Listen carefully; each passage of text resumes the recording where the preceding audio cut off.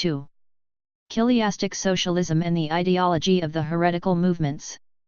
Above we have tried not to yield to the temptation to select from the sources on the history of the heretical movements of the Middle Ages and Reformation only those passages in which socialist ideas are expounded, the communality of property, the destruction of the family, etc.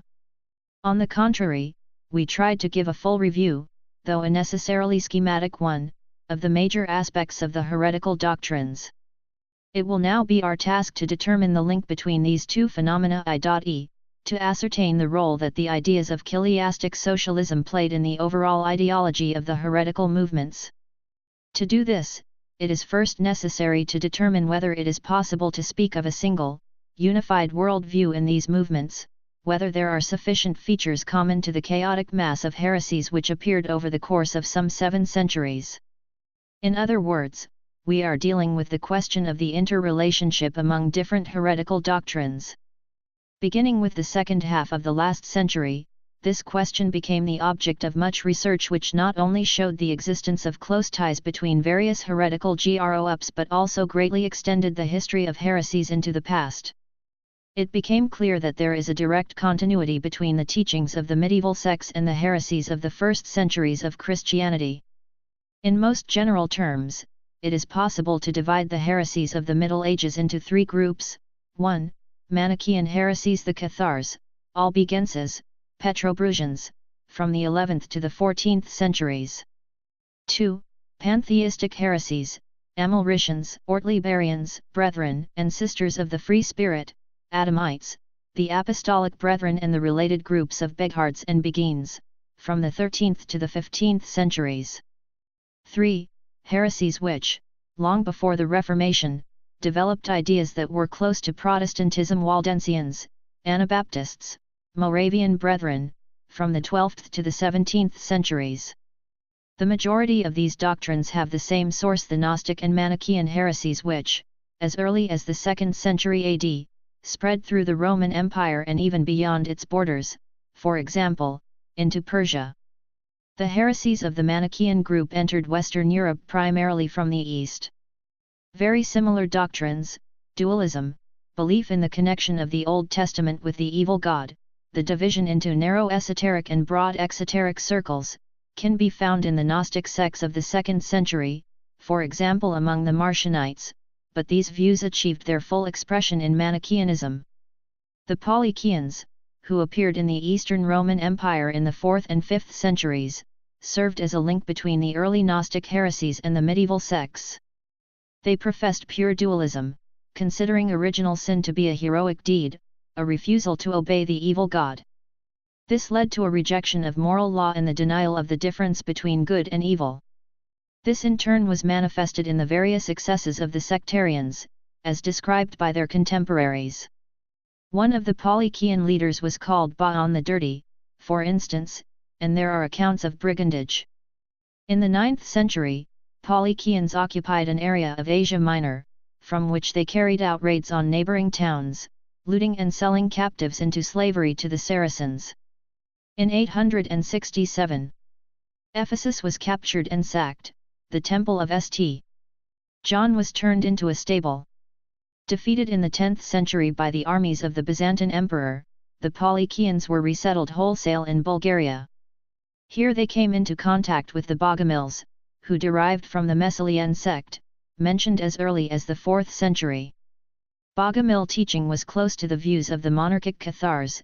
It held that the physical world was created by God's apostate eldest son, Satanael.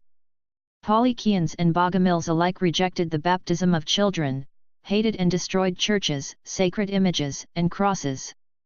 From the Eastern Roman Empire, the Polychaean and Bogomil doctrines penetrated into Western Europe. The doctrines of the pantheistic trend can also be traced to the Gnostic heresies. Epiphanes, a Christian writer of the 4th century, describes sects which are strikingly similar to the medieval Adamites. He himself belonged at one time to such a group. 100 years later, Hippolytus reports an analogous teaching among the sect of Simonians. In both cases, black masses were practiced, accompanied by an ostentatious disregard for moral norms, all of which was meant to reveal the superhuman character of the possessor of gnosis. There is ample evidence of numerous links among the doctrines of the different sects. We have already mentioned, for example, that the notion of the divinity of the free spirits was a development of the exclusive position of the perfecti among the Cathars. Some historians believe that the free spirits actually originated among the Cathars. In this connection we also note J. van Mierlo's argument that the terms beginus and begine derive from albigensis. The Beghards and Beguines were the main source from which followers of the free spirits were drawn. It has furthermore been established that the free spirits influenced the Waldenses, specifically in the organization of the latter into a narrow circle of leaders or apostles, who, according to the doctrine of the sect, received their authority from the angels, regularly visited paradise and contemplated God. The closeness of the two sects is illustrated by the example of Nicholas of Basel, who is variously assigned, by scholars thoroughly versed in the material, to either the free spirits or the Waldenses. The Petrobrusian sect is another link between the Cathars and the Waldenses. Dollinger and Runciman consider them to be part of the Cathar movement, while other historians refer to them as predecessors of the Waldenses. Finally, there are numerous indications that Waldenses and Anabaptists are two names given at different periods to people in the same movement. Ludwig Keller devoted a number of works to elucidating the connections between the Waldenses and the Anabaptists. He brings forward numerous arguments to prove that they are in fact the same. The impression of diversity created by the great variety of names cannot be taken as proof of the sect's distinctness. Their names were, for the most part, coined by their enemies after an influential preacher at a given time, Petrobrusians from Peter of Bruys, Heinrichians from Heinrich of Toulouse, Waldensians from Valdez, Ortlieberians from Ortlieb, etc., just as the term Lutheran later derived from Luther.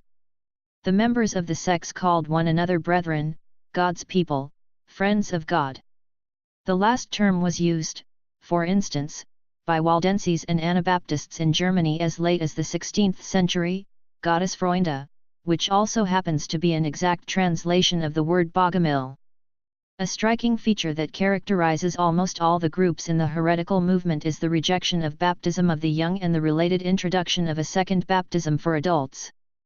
The Justinian Code, 6th century, already contains clauses against heretics who preach a second baptism. Second baptism is mentioned repeatedly in the proceedings of the Inquisition and in the writings denouncing the Cathars and the Waldenses. The practice gives the Anabaptists their name and survives today among the Baptists. The sectarians themselves insisted on the continuity of the heretical movement. In the first place, they asserted their ancient origins from the disciples of the apostles or from the Christians who refused obedience to Pope Sylvester and did not accept the bequest of Emperor Constantine. In the annals of the Toulouse Inquisition for 1311, there is the testimony of a Waldensian weaver who presented such a version of the sect's origin, quite traditional already at that time. According to the Waldensian tradition, Valdez was not the founder of their church. For example, they called Peter of Bruys, who lived in the first half of the 12th century, one of ours. Valdez preached in the second half of the century. This point of view is typical not only for the Waldenses, for instance, the Anabaptist list of martyrs, which was also accepted by the Mennonites as early as the 17th century, begins with descriptions of the persecution of Waldenses which took place centuries before the Reformation. Finally, the heretics' enemies, those who assailed their doctrines, as well as the representatives of the inquisitors, all emphasized the unity of the heretical movement. St. Bernard of Clairvaux, 12th century, who was well versed in the contemporary heresies, declared that the teaching of the Cathars contained nothing new but merely repeated ancient errors. In the work of a Roman inquisitor known as the Pseudo-Rainier, 1250, we read the following: among the sects there is none more dangerous to the Church than the Leonites. And for 3 reasons. First, it is the most ancient of sects. Some say that it goes back to the time of Pope Sylvester, others to the Apostles. Further, there is no country where they are not met with. Bullinger, who wrote about the Anabaptists in 1560, says, quote, many basic and grave errors of theirs they share with the ancient sects of Novatians, Cathars, with Auxentius and Pelagius." End quote. Cardinal Hosius, 1504–1570, who fought the heretics of his day, wrote, quote, "Still more harmful is the sect of Anabaptists, of which kind were the Waldensian brethren also, who still recently practiced the second baptism. It is not yesterday nor the day before yesterday that this heresy grew up, it has existed since Augustine's time." End quote. In the substantial and concise history of the Munster Rebellion, 1589, the Anabaptists are referred to by several names, including Cathars and Apostolic Brethren. In his Chronicle, 1531, Sebastian Frank speaks of the connection among the Bohemian Brethren, the Waldenses, and the Anabaptists, quote, "Picards, who originate with Vaides, form a special Christian folk or sect in Bohemia. They are divided into 2 or 3 groups, the largest, a smaller one and the smallest. These resemble Anabaptists in everything. They number about 80,000. End quote. Similar evidence could be cited at length. The notion of a unity among organized heretical movements is also tempting in that it makes more comprehensible the miracle of the Reformation, when within a few years organizations, leaders, and writers crop up all across Europe. Links between the leaders of the Reformation, in its early phase, and the heretical movements are quite probable. This was asserted by opponents of the Reformation. For instance, during a disputation at the Reichstag in Worms, the papal nuncio reproached Luther, "Most of your doctrines are the already discarded heresies of the Beghards, Waldensians, Lyons Paupers, Wycliffites, and Hussites." Neither did the leaders of the Reformation deny these ties. For example, in the Epistle to the Christian Nobility of the German Nation, 1520, Luther writes, quote, "It is high time for us to take up seriously and frankly the cause of the Bohemians so that we can unite with them and they with us." End quote. And Zwingli writes to Luther in 1527, quote, "Many people, even earlier, understood the essence of evangelic religion as clearly as you do. But of all Israel no one dared to enter the battle, for they feared this mighty Goliath." End quote. It is thought likely that Zwingli belonged to the community of brethren in Zurich, breaking with them around 1524. Luther apparently also had contacts in these circles. The first impetus to his subsequent rupture with the Catholic Church was given him when he was still an unknown young monk. Johann Staupitz, the general vicar of the Augustinian order, took notice of him in one of his tours of inspection. Staupitz was highly esteemed among the brethren. In a work of the day, for example, it is even said that he might be destined to lead the new Israel out of Egyptian captivity, i.e., to save the societies of the brethren from persecution. Staupitz's influence on Luther was exceptional at the time. Luther later said that it was he who first lit the light of the gospel in his heart and raised his standard against the Pope. Luther wrote to Staupitz, quote, "You leave me too often. Because of you, I was like a deserted child pining for its mother. I beseech you, bless the Lord's creation in me also, a sinful man." End quote. It was only beginning with 1522 that certain differences between the two came to light, culminating, in 1524 and 1525, in a final break. A striking picture emerges of a movement that lasted for 15 centuries despite persecution by the dominant church and by secular authorities. A precisely fixed set of religious ideas affecting the general attitude toward life was preserved virtually unchanged, often down to the smallest detail.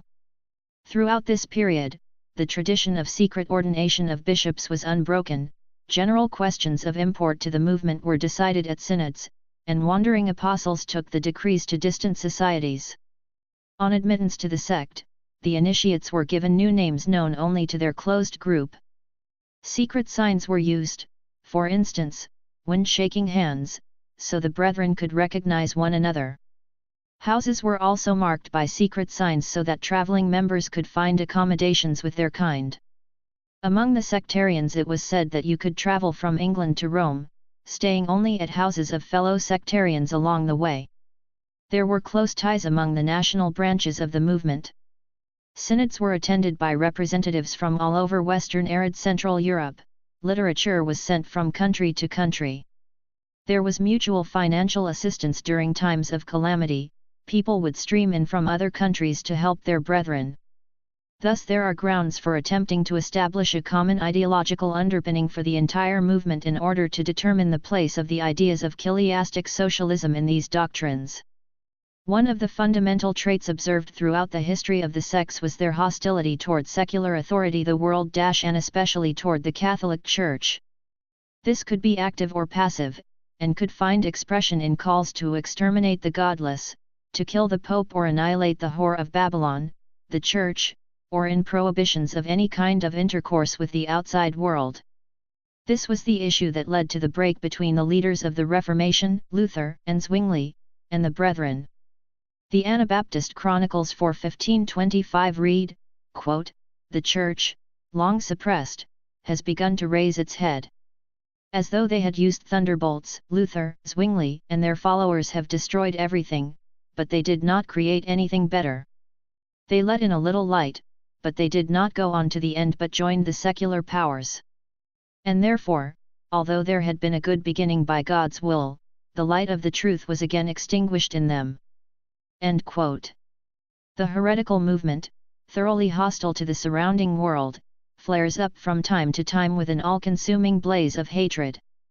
Such outbreaks are separated by intervals of a little more than a century: the movement fostered by Dolcino around 1300, the Hussite movement that started after Hus was burned at the stake in 1415, the aggressive form that Anabaptism assumed in the 1520s, and the English Revolution of 1640 to 1660.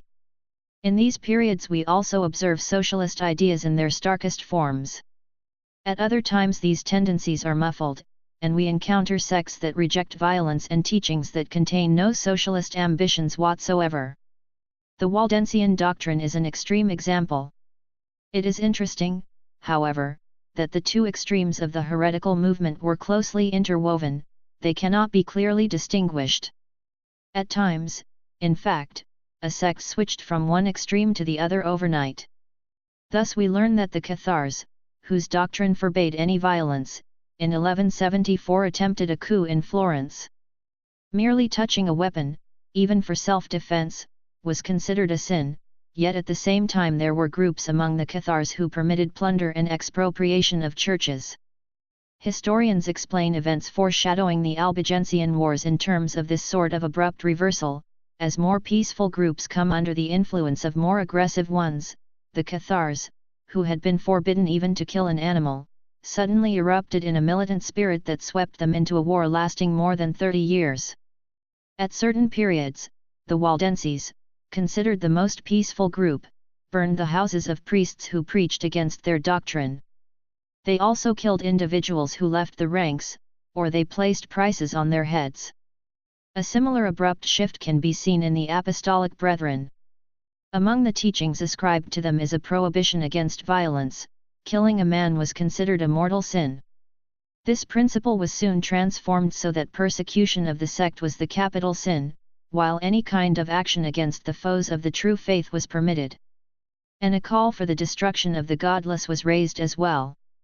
The same abrupt shift occurred with the Anabaptists in Switzerland and in southern Germany at the beginning of the Reformation.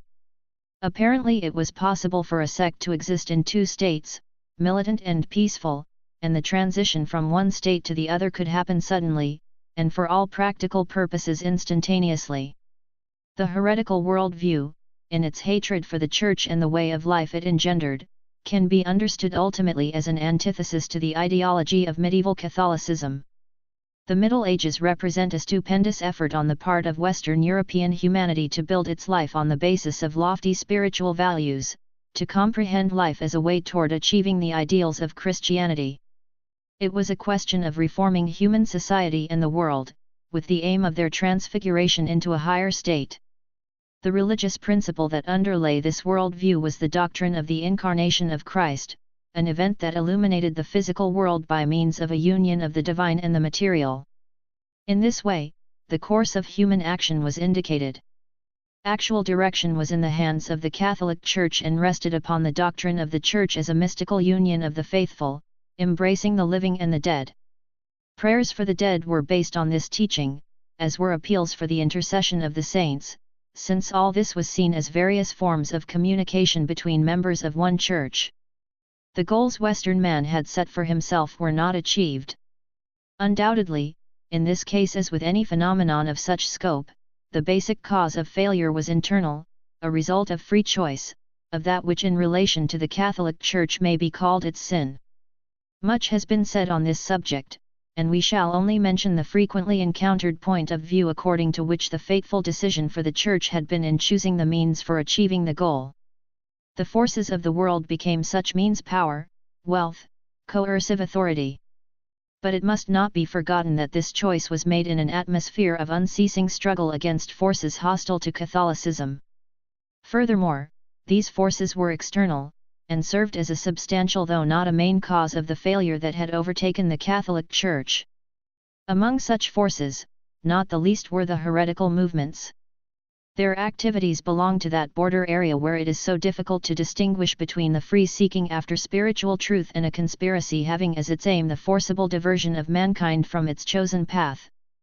We have seen instances of the way that abstract mystical teachings could be interpreted, even a single generation later, as a basis for the destruction of churches and crucifixes, as a license for the killing of monks and priests. The common people, in turn, responded to heretical teaching with outbreaks of violence against the heretics. These were at first condemned by the Church, but gradually mutual bitterness, fear of the heretics' growing influence and, above all, the temptation of worldly power led to campaigns against the heretics and the institution of the Inquisition. The course that medieval society had set for itself became more and more twisted and the ideals it held became ever more blurred. There is no doubt that the Middle Ages provided no less reason than other periods of history for dissatisfaction with life and for protest against its darker aspects.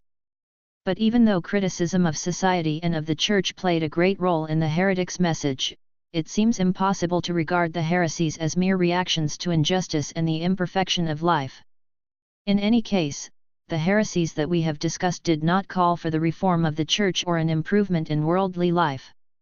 The Anabaptists, for example, did not ally themselves either with the Protestant Reformation or the Catholic Counter-Reformation, the latter was quite effective.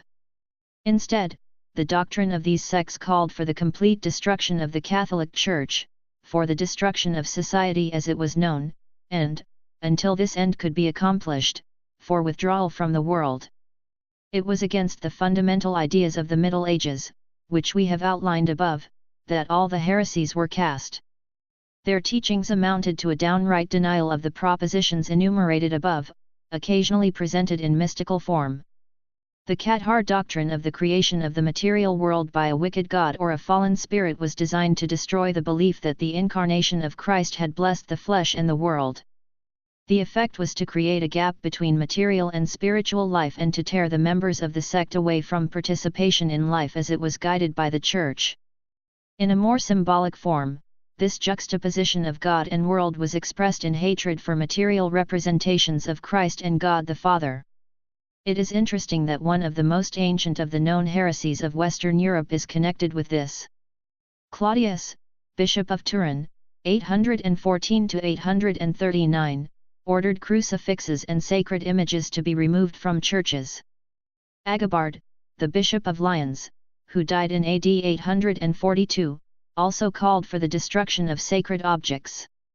Undoubtedly, the iconoclast movement which spread throughout the Byzantine Empire in the 8th century was of the same origin.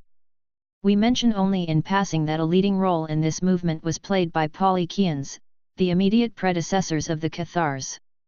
The same tendency to sever the ties between God and the world, between spirit and matter, led to the denial of resurrection of the flesh typical of the Cathars.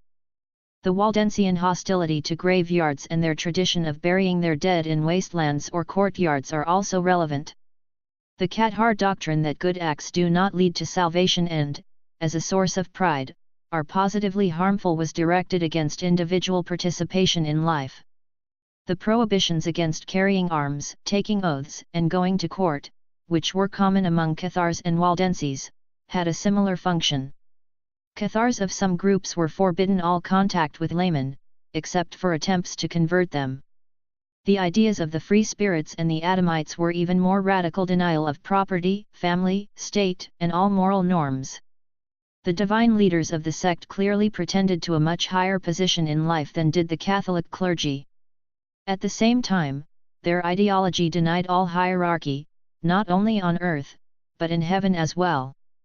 The polemical declarations that they were equal to God in all things, that they could perform miracles and that Christ had achieved a state of godliness only on the cross are to be taken in precisely this sense. The denial of baptism for young children, common to almost all the sects, was based on their rejection in principle of the Church as a mystic union. In its place they set their own sect, admission into which was accompanied by baptism permitted solely to adults who consciously accepted its principles. Thus, in contrast to the Catholic Church, the sect was a conscious union of like-minded people. All these individual theses can be reduced to one aim: overcoming the conjunction of God and the world, God and man, which had been accomplished through Christ's incarnation, the fundamental principle of Christianity, at least in its traditional interpretation. There were two ways to achieve this: denial of the world or denial of God. The first path was taken by the Manichaeans and the Gnostic sects, whose teachings conceded the world to the domain of an evil God and recognized as the sole goal of life the liberation from matter, for those capable of it. The pantheistic sects, on the contrary, not only did not renounce the world, but proclaimed the ideal of the dominion over it, again, for a chosen few, while others, the so-called rude folk, were included in the category of the world. In their teachings it is possible to find the prototype of the idea of subjugating nature which became so popular in subsequent periods. The dominion over the world was considered possible not through the carrying out of God's will but by denying God and by transformation of the free spirits themselves into gods. The social manifestation of this ideology can be seen in the extreme trends of the Taborite movement. Finally, the Anabaptists apparently tried to find a synthesis of these tendencies. In their militant phase, they preached the dominion of the elect over the world. Moreover, the ideas of dominion completely overshadowed the Christian features of their worldview. For example, Muntzer wrote that his teachings were equally comprehensible to Christians, Jews, Turks, and heathens. In their apparently peaceful phase, as can be seen in the example of the Moravian Brethren, withdrawal from the world was predominant, a condemnation of the world and a breaking of all ties with it. The ideas of Chiliastic socialism constituted an organic part of this outlook. The demands to abolish private property, family, state, and all hierarchies in the society of the time aimed to exclude the participants of the movement from the surrounding life. This had the effect of placing them in a hostile, antagonistic relationship with the world. In spite of the fact that these demands did not occupy a quantitatively large place in the overall ideology of the heretical sects, they were so characteristic of it that they could serve to a great extent as an inherent distinguishing feature of the whole movement. Thus Dollinger, whom we have already cited, characterizes the attitude of the sects toward life as follows, quote, "Each heretical doctrine that appeared in the Middle Ages bore, in open or concealed form, a revolutionary character. In other words, had it come to power, it would have been obliged to destroy the existing state structure and implement a political and social revolution." The Gnostic sects, Cathars, and Albigenses, who provoked the severe and implacable medieval laws against heresies by their activities, and with whom a bloody struggle was carried on, were socialist and communist. They attacked marriage, the family, and property. Had they been victorious, the result would have been a traumatic social dislocation and a relapse into barbarism. It is obvious to anyone familiar with the period that the Waldenses with their doctrinal denial of oaths and criminal law could also not have found a place for themselves in the European society of the day. End quote. In the period when socialist ideas were developing within the framework of the ideology of the heretical movements, they acquired a series of new features which cannot be found in antiquity. In this epoch, socialism turned from a theoretical, scholastic doctrine into a rallying point and a motivating force behind broad popular movements. Antiquity knew harsh national catastrophes that culminated in the ruination of states. The most impoverished groups of the population did on occasion seize power, kill the rich or oust them from towns. Property was taken and divided, in Kerkyra in 427 BC, in Samos in 412 and in Syracuse in 317. In Sparta, King Nabis, in 206 BC, divided among his followers not only the property but also the wives of the rich. However, the popular movements of antiquity did not know the slogans of communality of property, communality of wives, and they were not directed against religion. All these traits emerge in the Middle Ages. Socialist doctrines themselves change, acquiring an intolerant, embittered and destructive character. The idea of dividing mankind into the doomed and the elect makes its appearance, followed by calls to destroy the godless or the enemies of Christ, i.e., the opponents of the movement. Socialist ideology is imbued with the notion of a coming fundamental break, of the end and destruction of the old world and the beginning of a new order. This concept is interwoven with the idea of imprisonment and liberation, which, beginning with the Cathars, is understood as imprisonment of the soul in matter and as liberation in the other world.